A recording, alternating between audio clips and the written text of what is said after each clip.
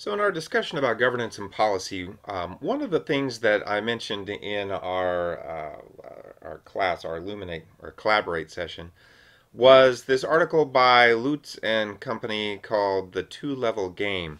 They're part of the Trans-State group that produced the book that we read for this week's reading. And they're based at the University of Bremen. And they're very interested in the ways that national systems and international organizations negotiate decision making. I'm really interested in the ways that international organizations are, how do I put this, impinging upon or becoming embedded into the governance systems that nation states have traditionally been responsible for. Anyway, on page 6 of the two-level game, which by the way, if you Google two-level game Lutz and maybe Trans-State, this will pop right up. It's a free download.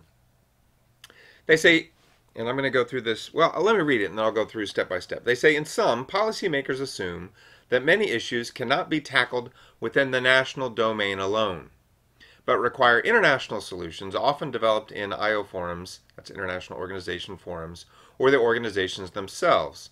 IOs have thus become a tool for diverse problem solving. This, in turn, facilitated the development of IOs as knowledge brokers or arenas of international exchange. And even though many IO activities in education were initiated by nation states themselves, that's going to be an important part, IOs today have become increasingly independent agents in the education arena. Instead of simply carrying out what their member states urged them to do, today they follow their own interests and agendas, thereby exerting influence back onto their member states beyond mere bottom-up initiatives. This adds a primarily international cause to the explanation of why IOs have become more important in education policy and have increased their activities. All right, that's a loaded passage, and I know it's a loaded passage, and so I want to look at each of the sections of it really step by step. So we'll start with this first one. They say, in sum, policymakers assume, and obviously I have that highlighted, that many issues cannot be tackled within the national domain alone, but require international solutions, often developed in international organization forums or the organizations themselves. So when we're talking about governance and policymaking, I think that we need to take what they say here kind of seriously and think about, all right, why do policymakers assume that issues cannot be tackled within the national domain alone? Cannot be tackled within the national domain alone. Why is that? Why do they require international solutions? And why are those international solutions developed in these forums or organizations of the international organizations themselves? What is that? This goes back to our fundamental idea of whatever your conceptual framework or your theoretical framework is. So the word that bounces around my head, as it has throughout the semester and probably will continue to do, is the word legitimacy seeking. It's a hyphenated word. Maybe it's a phrase. So the idea that policymakers are requiring international solutions, or at least assume that international solutions are required, is because international solutions have gained some sort of legitimacy that nation-state solutions or decision-making alone does not address. That's important. If we go on from that, then we can say, or they say, international organizations have thus become a tool for diverse problem solving.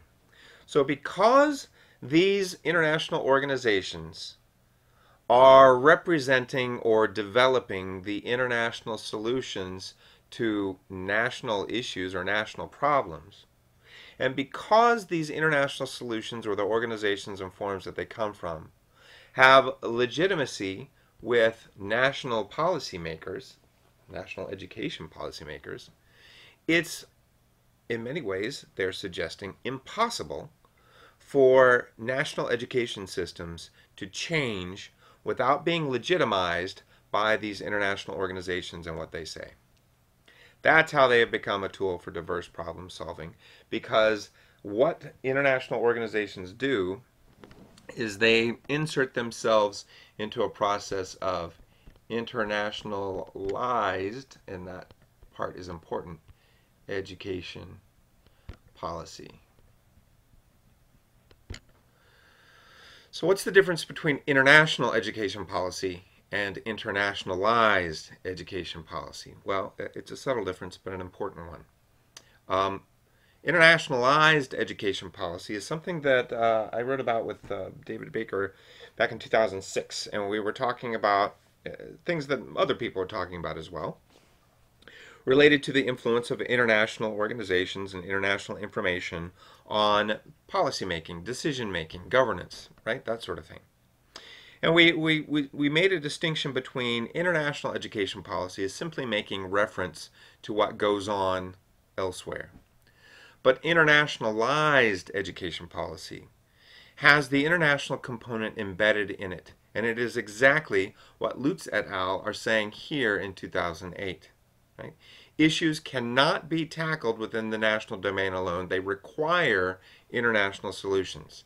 So education policy cannot be tackled within the national domain alone, but requires an international solution or international data or international influence to be a part of it. Otherwise, it does not have the legitimacy to move forward.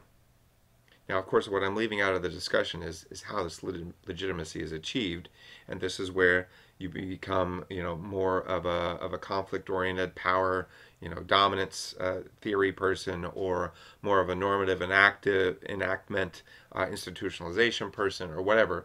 But we know in reality all of these things are going on, right? It just depends on which one we tend to focus on in, quite frankly, our intellectual pursuits.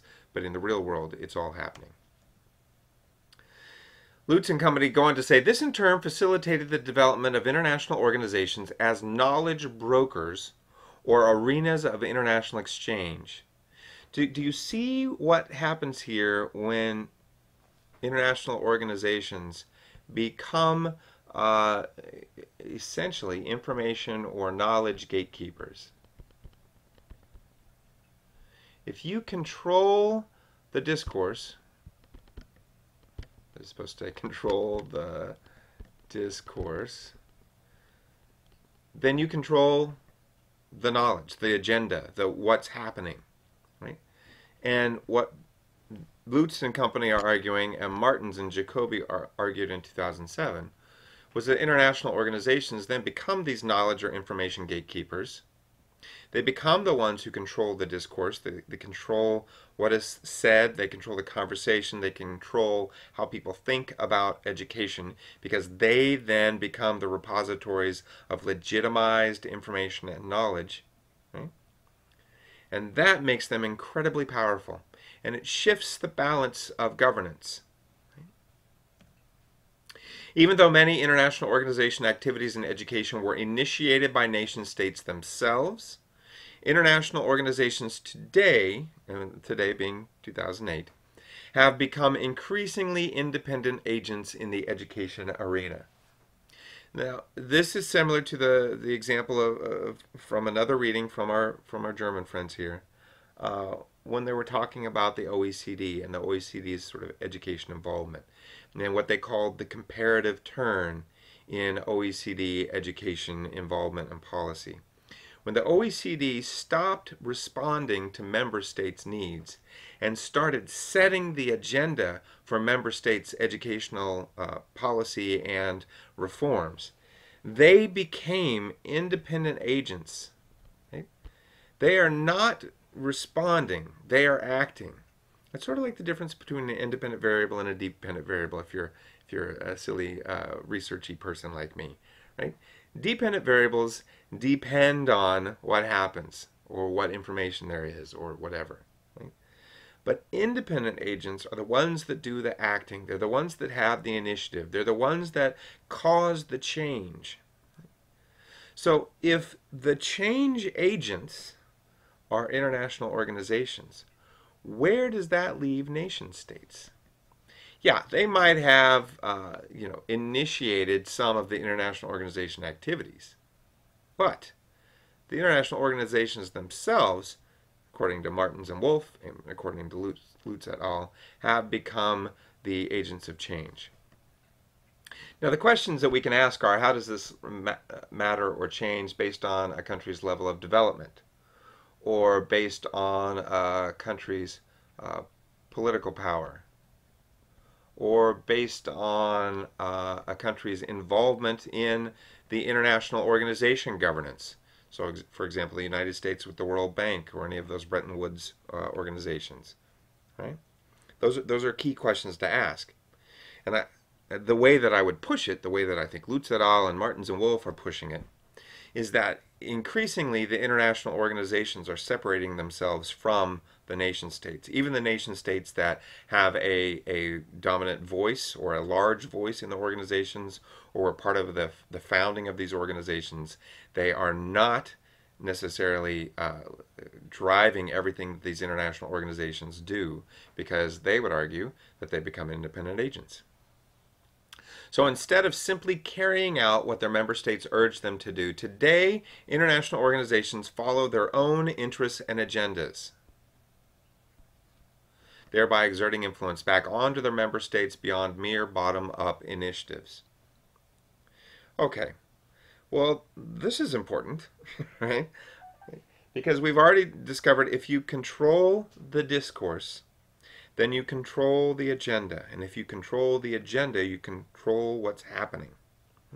So these international organizations, Leuze and company argue, follow their own interests and agendas.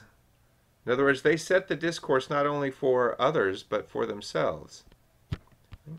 And so they are independently exerting their influence back onto these member states, beyond just helping out when there need to be some initiatives from the ground up. Finally, they say this adds a primarily international cause to the explanation of why international organizations have become more important in education policy and have increased their activities. So the question then becomes for us, how does this help us understand comparative and international education and the sort of balance between governance and policy? Well, if we have nation states that have been traditional decision makers for education because of their extreme role in agenda setting and financing, and we take away the agenda setting part of that and we just leave them with the financing, who's really in control? Well, it's probably the group that's controlling the agenda, because the money will follow the agenda. All right, part of us of how we can think about governance and policy when we think big in terms of education worldwide, or when we think of education in particular communities and countries. International organizations are going to have legitimacy. International organizations are going to be setting agendas. International organizations are going to actually be exerting influence back onto the nation states themselves. And so this is one way to think about how the governance for education is shifting increasingly, or may have shifted in some cases, out of the nation state, out of the national education system, and into the hands of international organizations. Even though it might be facilitated by national education systems, we should question whether or not the national education system policymakers, decision makers, are really the ones setting the agenda, controlling the discourse, and making those decisions, or if they're just reflecting an internationalized education policy.